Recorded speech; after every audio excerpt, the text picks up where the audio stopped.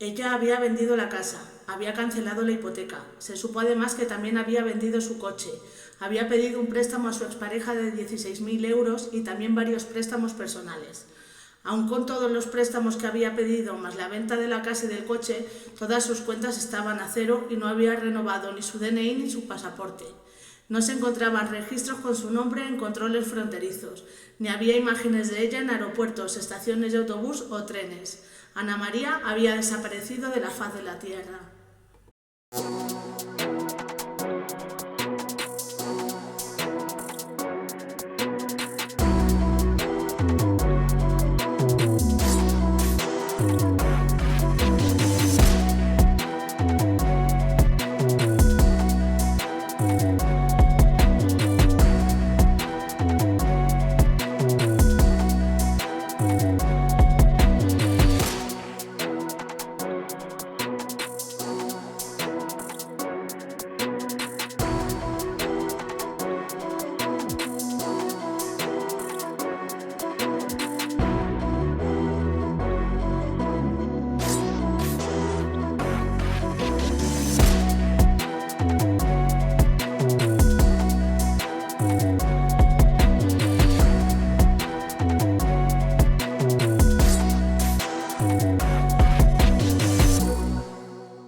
Hola a todos, mi nombre es Elena y hoy os traigo un cuento sin final feliz. Como veis, el canal está empezando, por lo que si os gusta el contenido dejad un like o un comentario, suscribiros y darle a la campanita para que YouTube os avise cada vez que suba uno de estos cuentos sin final feliz.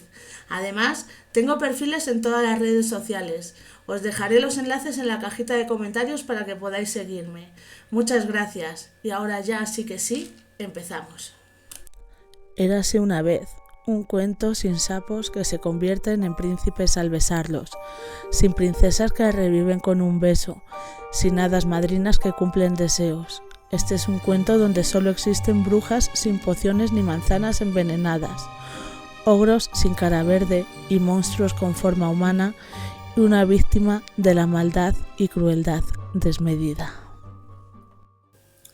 Año 2004. España salía a la calle gritando un contundente no a la guerra y además vivía, o más bien sufría, el 11M. Varias bombas explotaron en 4 trenes de cercanías en Madrid, asesinando a 192 personas y dejando más de 1.000 heridos. Además, fuimos testigos de cómo quisieron ocultar la verdad por ganar unas elecciones, haciéndonos creer que el atentado era cosa de ETA cuando en realidad fueron varios terroristas yihadistas los culpables, que un mes después se inmolaron en un piso de Leganés llevándose otra vida más por delante, la de un geo que iba a detenerlos. En la televisión se estrenaba el reality La casa de tu vida, programa que en estos últimos días ha vuelto a salir a la palestra por el repentino fallecimiento de uno de los ganadores, Juanma García, por una neumonía que se le complicaba a los 45 años. El libro Desde mi cielo de Alice Sebold, acordaros que los idiomas y yo mal, se vendía como la espuma. A mí me lo compraron mis padres en el círculo de lectores. ¿Os acordáis de la ilusión que hacía cuando venía el del círculo con los libros que habías pedido? Años después sacaron la película de ese libro, pero como era de esperar, el libro es mucho mejor. Hubo muchas canciones que se bailaban en el año 2004, entre ellas Bulería de David Bisbal y Pastillas de freno de Estopa. Pero si alguien dividió la opinión de este país con sus canciones, esa fue Bebe, cantando Malo, un tema sobre la violencia de género, algo que aún hoy levanta ampollas. Voy a volverme como el fuego, voy a quemar tu puño de acero y del morado de mi mejilla saldrá el valor pa' cobrarme las heridas. Malo, malo, malo eres, no se daña quien se quiere, no. Tonto, tonto, tonto eres, no te pienses mejor que las mujeres. Malo, malo, malo eres, no se daña quien se quiere, no. Tonto, tonto, tonto eres, no te pienses mejor que las mujeres. En primer lugar, quiero deciros que este caso es conocido con varios nombres. El caso de la chica del bidón, el caso de Ana María Martos o el caso de la tarotista. Ana María Martos Nieto era hija de Conchi Nieto y José Martos. Tenía 2 hermanos. En el momento de su desaparición contaba con 32 años y vivía y trabajaba como enfermera en el Centro de Salud de Sant Feliu de Llobregat, Barcelona. Aunque llevaba algunos meses de baja, ya que no estaba pasando por su mejor momento. Se había separado de su marido y se encontraba en un momento bastante malo. Por eso, cuando le dijo a su madre que se iba a ir a un retiro, no le sorprendió y la apoyó. Necesitaba desconectar de todo para volver a construirse, ya que los corazones rotos duelen mucho. Pidió por favor que no la buscasen ni llamasen, ya que ella se pondría en contacto con ellos y que estaría bien. Los familiares de Ana la describieron como una mujer cariñosa, familiar, tímida, reservada y que nunca había dado ningún problema. Era fácil cogerla cariño, además era muy ahorradora, algo clave en este caso. La última vez que se vio con vida a Ana María fue el 18 de enero de 2004, después desapareció sin dejar rastro. Desde su separación, Ana iba todas las semanas a comer a casa de sus padres, los sábados o los domingos, aunque había semanas que iba los 2 días. La madre, sabiendo que su hija se iba a marchar para desconectar, dejó pasar un tiempo prudencial. Intentó contactar con ella en varias ocasiones mediante llamadas y mensajes a un teléfono que nadie respondía. Intentaba respetar lo que dijo su hija, nada de llamadas, pero su preocupación iba en aumento e intuía que algo no iba bien. Conchi siempre pasaba por la calle en la que estaba la casa de Ana María, para ver si veía algún movimiento que indicase que su hija estaba de vuelta. A las 2 o 3 semanas, Conchi vio que en la casa había obras, subió y llamó a la puerta. Nadie la abrió, hablaron a través de esta. Ella solo quería saber si su hija tenía que volver a coger algo, ya que hacía tiempo que no sabían nada de ella. La persona con la que hablaba le dijo que no sabía ni quién era Ana María. ¿Había vendido su casa? ¿Se había mudado? Ana sí que había informado de que tenía esa intención, pero ese tipo de cosas siempre las comentaba con sus padres y hermanos. Les extrañó muchísimo que Ana no se lo hubiese dicho antes de hacerlo, así que la madre se presentó en comisaría. Una vez allí le dijeron que no podían hacer nada ya que se trataba de una mujer adulta y que además ella había informado de su intención de desaparecer voluntariamente por un tiempo. Solo registraron la denuncia cuando después de mucho insistir les dijeron que tenía depresión, que tomaba medicación para ello y que no estaba mejorando. Acompañaron estas declaraciones con todos los informes del hospital que tenían sobre la depresión de su hija. Aún así, la investigación fue muy por encima, superficial. Interrogaron a los familiares, compañeros de trabajo y a un muy buen amigo, sí, de verdad, solo amigo, que tenía Ana María, con el que había vivido unos meses hasta muy pocos días antes de su desaparición, ya que ella no quería vivir en su piso porque le resultaba doloroso vivir allí porque le recordaba todo mucho a su exmarido. Este chico, además, estaba muy enfadado, ya que cuando su amiga abandonó el piso, se llevó varios muebles y electrodomésticos que no eran suyos. Él tuvo que denunciarlo. Los padres concedieron varias entrevistas en los medios. Veían que la desaparición de su hija no estaba siendo investigada en profundidad, ya que no tiraron de ninguno de los datos que les habían proporcionado. Estaban destrozados, como era de imaginar. Yo le diría que nos llame, que por favor que ella esté como a donde esté o lo haya decidido, que nosotros eso lo respetamos, pero que aquí estamos para lo que ella necesite, que no tenga miedo de ninguna clase, que haya hecho lo que haya hecho, que estamos sus padres, sus hermanos, para ayudarla. Espero que, a ver si quiere Dios que nos esté oyendo, pero que estés tranquila y que si no quieres volver, por lo menos que digas dónde estás y cómo. Que lo que queremos es saber de ti. Y que si quieres volver, puedes volver con toda tranquilidad, que aquí te vamos a recibir con los brazos abiertos. Que estamos pasando más que el Señor en la cruz. Por favor, di algo. Ella había vendido la casa, había cancelado la hipoteca. Se supo además que también había vendido su coche. Había pedido un préstamo a su expareja de 16.000 euros y también varios préstamos personales. Aún con todos los préstamos que había pedido más la venta de la casa y del coche, todas sus cuentas estaban a cero y no había renovado ni su DNI ni su pasaporte. No se encontraban registros con su nombre en controles fronterizos, ni había imágenes de ella en aeropuertos, estaciones de autobús o trenes. Ana María había desaparecido de la faz de la tierra. Ahora vamos a viajar en el tiempo y nos vamos a ir hasta el año 2013. En enero de ese año, la Asociación Intersos, que es una asociación pionera en la búsqueda de personas desaparecidas, recibe 2 llamadas telefónicas. La primera llamada la hizo un hombre con acento argentino, aunque al principio se confundió con un acento del sur de nuestro país, y en ella informó de que Ana María Martos Nieto había sido estafada, engañada, robada y asesinada. Ese hombre daba datos muy precisos y de inmediato Intersos traslada esos datos a la central de la Policía Nacional. Vuelven a interrogar a familiares y amigos de Ana María para seguir sus últimos pasos.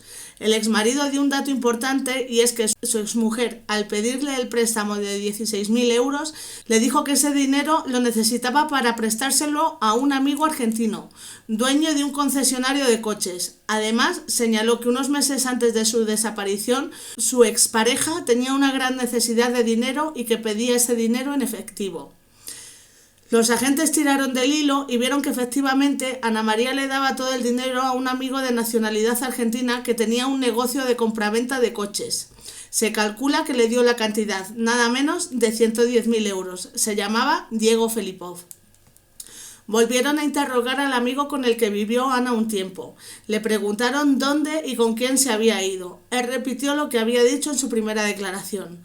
La denuncia de los muebles y electrodomésticos robados, el nombre de la empresa de mudanzas y añadió que se había ido a vivir a casa de una amiga, pero que desconocía el nombre y la dirección. La policía averiguó que la empresa de mudanzas llevó las cosas de Ana María y las que había robado a su amigo a una casa en Lloret de Mar, en Girona. Esa casa pertenecía a un hombre, pero se descubrió que en ella había estado empadronada una mujer llamada Norma Beatriz Cuique. ¿Pero quién era Norma Beatriz Cuique? Norma Beatriz Cuique era una mujer argentina de etnia gitana que se ganaba la vida como tarotista en las Ramblas de Barcelona y que casualmente era la madre de Diego Felipov. Sí, el hombre al que Ana María le había dado todo su dinero.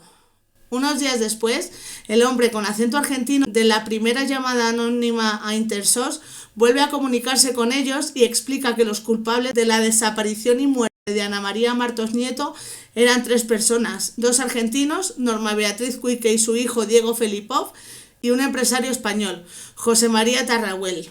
Además, también informó de que el cadáver de la desaparecida estaba en una finca de Lloret de Mar. Recordamos que en el año 2004 Ana María estaba pasando por un mal momento. La separación de su pareja le había dejado en una situación muy vulnerable ya que estaba en medio de una depresión. Así que aprovechándose de eso, Diego Felipov sedujo a Ana María y éste le puso en contacto con su madre. El objetivo de madre e hijo no era otro que aprovecharse de Ana y sacar de ella todo el dinero posible.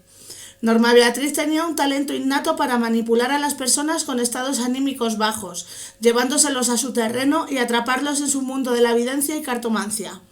La policía descubre que tanto Norma como Diego tenían varias denuncias por estafa. Abrían cuentas a nombre de indigentes, solicitaban tarjetas de crédito, gastaban todo lo que podían y cuando el banco quería empezar a cobrar sus deudas, se daban cuenta de que no había nadie real detrás de esas tarjetas. José María Tarrahuel era un empresario catalán, pareja de Norma. Spoiler, la verdad es que era otra víctima de sus manipulaciones. Y un irracional admirador de los poderes de la bruja estafadora. La conoció tras su separación. La desesperación de este hombre hizo que creyese a pies juntillas que desde que apareció Norma Beatriz Cuique en su vida, su salud había mejorado, al igual que sus relaciones sentimentales y las ganancias de su empresa. Se comprobó que Norma también había desplumado a este hombre porque pagaba entre 300 y 500 euros por cada tirada de cartas. Y esos pagos los hacía 1 o 2 veces por semana. De hecho, cuando Cuique se fue a Argentina, los pagos siguió haciéndolos ya que ésta seguía echándole las cartas telefónicamente. Convencido de los poderes de Norma y de que cuando ellos dos discutían pasaban cosas raras en su casa, como que le perseguían entes malignos y la única solución para eso era volver a pagar a la estafadora para que esos entes desapareciesen. Con todos los datos aportados por el interlocutor anónimo, descubrieron que en Lloret de Mar había 2 fincas, una pegada a la otra, y que una estaba a nombre de José María Tarrahuel y la otra pertenecía a Norma Beatriz Cuique, aunque en un primer momento fue también de José María. Los agentes se personaron en la casa del empresario catalán para interrogarle. Le informan de los motivos por los que están allí y la respuesta fue: os estaba esperando, habéis tardado mucho. Volvemos al año 2004. Se cree que en algún momento Ana María se dio cuenta de lo que estaba pasando y preguntó por su dinero. Los bancos la estaban presionando y tenía una deuda muy grande, por lo que amenazó con denunciarlos. Ellos ya tenían varias denuncias por estafa, no podían permitirse ni una más. Así que Ana se convirtió en alguien muy molesto y no dudaron ni por un momento en quitársela del medio. El 20 de enero de 2004, Norma le pidió a José María que fuese a buscarla a la estación de tren de Blanes. Él no lo dudó ni un momento y estuvo allí puntual. Cuando Quique bajó del tren, lo hizo acompañada de Ana María. Según cuenta Tarraguel, le pareció que Ana iba muy drogada, estaba adormilada y le costaba mantenerse en pie. Las dos se montaron en el coche y tras pensar en dejar a las dos mujeres en un hostal viendo el estado en el que iba Ana María, se decantó por llevarlas a su casa, ya que tenía el garaje acondicionado con una habitación. Según el empresario, él se fue a aparcar y al volver escuchó gritos y un golpe muy fuerte en el garaje de su casa, por lo que fue de inmediato a ver qué les ocurría a las dos mujeres. Al llegar se encontró a Ana María tirada en el suelo sobre un gran charco de sangre.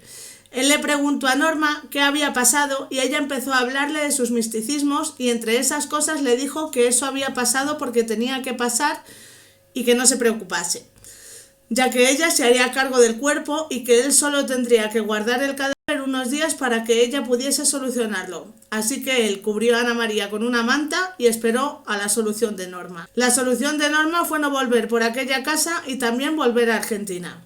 José María, viendo que Norma no daba señales de vida, decidió ocuparse del cuerpo. Como se dedicaba a la construcción, su casa estaba llena de materiales, así que metió el cuerpo de Ana envuelto en la manta dentro de un bidón, lo rellenó y selló con cemento y lo enterró con ayuda de una de sus máquinas excavadoras en una de las fincas que tenía cerca de su casa, que se hallaban en la calle Rafael Alberti.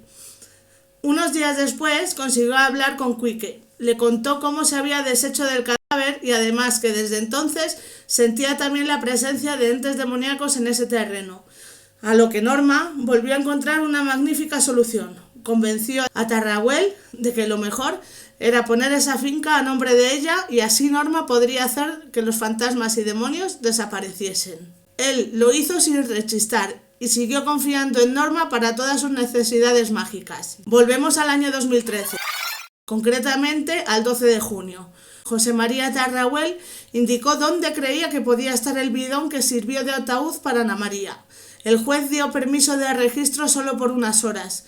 Ese permiso caducaba a las 12 y a las 11 el georradar notó algo sospechoso. Bueno, nos encontramos un terreno muy raro, digamos, de una morfología curiosa, ¿no? Con un lateral que daba a la carretera con un material que al momento, en cuanto introdujimos el georradar, nos dimos cuenta que no era material geológico, no era el terreno normal, sino que era un terreno aportado, pero muchas toneladas de arena, ¿no? Entonces tuvimos que parar la prospección y pedir a los mandos policiales que nos trajeran una máquina de obra pública porque no llegábamos a la profundidad adecuada con esas toneladas de tierra que habían sido colocadas en esa zona. Empezaron a cavar, pero viendo que el tiempo se les echaba encima y que había muchísima tierra por quitar, pidieron una excavadora municipal y debajo de 180 toneladas de tierra, a 4 metros de profundidad, se encontró el bidón en el que el cuerpo de Ana María se había momificado. Una vez terminó la búsqueda del cuerpo, se detuvo a José María Tarraguel y las autoridades españolas se pusieron en contacto con las argentinas para buscar y extraditar a la malvada bruja de este cuento. Norma Beatriz Quique fue encerrada en una cárcel argentina hasta que en el año 2015 se celebró el juicio. Norma declaró que lo que pasó fue que Ana María se quiso suicidar y entonces lo que hizo fue clavarse una jeringuilla en el corazón y así murió. También declaró en el momento de su detención que no sabía que Ana María estaba muerta. Por desgracia, nunca se supieron los motivos de la muerte de Martos. Aunque el cuerpo estuviese momificado, habían pasado muchos años y hubo que identificarla por el ADN de sus dientes. El cadáver no presentaba ninguna herida exterior, pero era imposible saber si había muerto asfixiada. Tras ser extraditada a España, pasó a disposición judicial. El juzgado de instrucción número 4 de Blanes decretó prisión sin fianza, una medida que la audiencia de Girona modificó en febrero del 2015, dejándola en libertad si pagaba una fianza de 10.000 euros. Quique pagó esos 10.000 euros y empezó cumpliendo con las comparecencias periódicas en el juzgado, pero lo dejó de hacer en 2016, pocos días después de que el fiscal del caso concretara la imputación contra ambos investigados por un delito de asesinato. El fiscal, Víctor Pillado, apuntaba que ambos se pusieron de acuerdo para matar a la víctima, según el relato de la acusación pública. Alrededor del 20 de enero del 2004, llevaron a Ana María Martos hasta la casa del investigado en Lloret de Mar. Cuando se encontraban en el interior del garaje del inmueble, actuando de previo y común acuerdo con intención de acabar con la vida de Ana María Martos, lanzaron un ataque contra ella, en cuyo marco le dieron muerte, relataba el fiscal. Tras matarla, continuaba, el hombre siguió las instrucciones de la vidente, envolvió el cadáver de la víctima, lo metió en el bidón, lo llenó de cemento y finalmente lo enterró en la parcela donde lo encontraron, 9 años después, en la calle Rafael Alberti, en Lloret de Mar. Se volvió a emitir otra orden de búsqueda, detención y entrega a nivel internacional. En el año 2020, la Interpol informó que la habían encontrado. Una vez localizada, el juzgado volvió a solicitar la orden de extradición, pero esta vez fue denegada. Las autoridades argentinas lo rechazaron porque, según decía el informe del fiscal, no se encontraba en plenas facultades mentales por haberle diagnosticado un psicosíndrome orgánico cerebral. En algunos medios dijeron literalmente que la vidente había vivido sus últimos años demente e invidente. No me digáis que no os parece un poquito irónico. Esto dejó las gestiones de extradición en suspenso hasta que informaron de que la sospechosa había fallecido en el año 2022. Al haber muerto la principal culpable del crimen, se hizo imposible comprobar los hechos y juzgar a su cómplice, José María Tarrahuel, por lo que el fiscal Víctor Peinado solicitó que se archivase el caso para el otro investigado y el juzgado lo acordó. Pillado argumenta que la muerte de la vidente hace imposible que los juzguen de forma conjunta y que la investigación no ha podido esclarecer si fueron los dos o solo uno de ellos quien acabó con la vida de la víctima. Esto provoca necesariamente el archivo de las actuaciones por no haber quedado debidamente acreditada la autoría de los hechos. Una decisión que deja sin resolver en una declaración de hechos probados lo que le ocurrió a Ana María Martos, con las consecuencias que el Ministerio Fiscal entiende que tendrá en la familia de la víctima, pero es la única solución jurídica adecuada en derecho. Además, el fiscal también añadió que de aparecer alguna pista nueva en un futuro, como ocurrió con los anónimos, se podría reabrir la causa.